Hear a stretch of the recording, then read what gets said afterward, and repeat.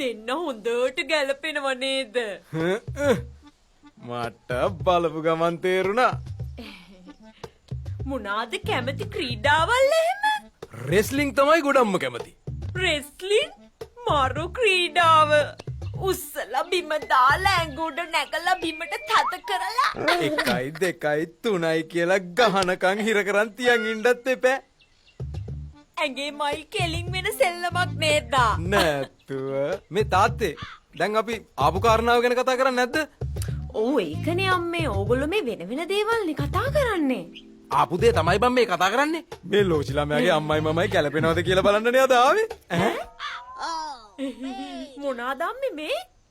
එතකොට මේ මාවයි රැට්ටවයි සෙට් කරන්න ආපු ගමනක් නෙමෙයිද? උඹට පිස්සුද බං?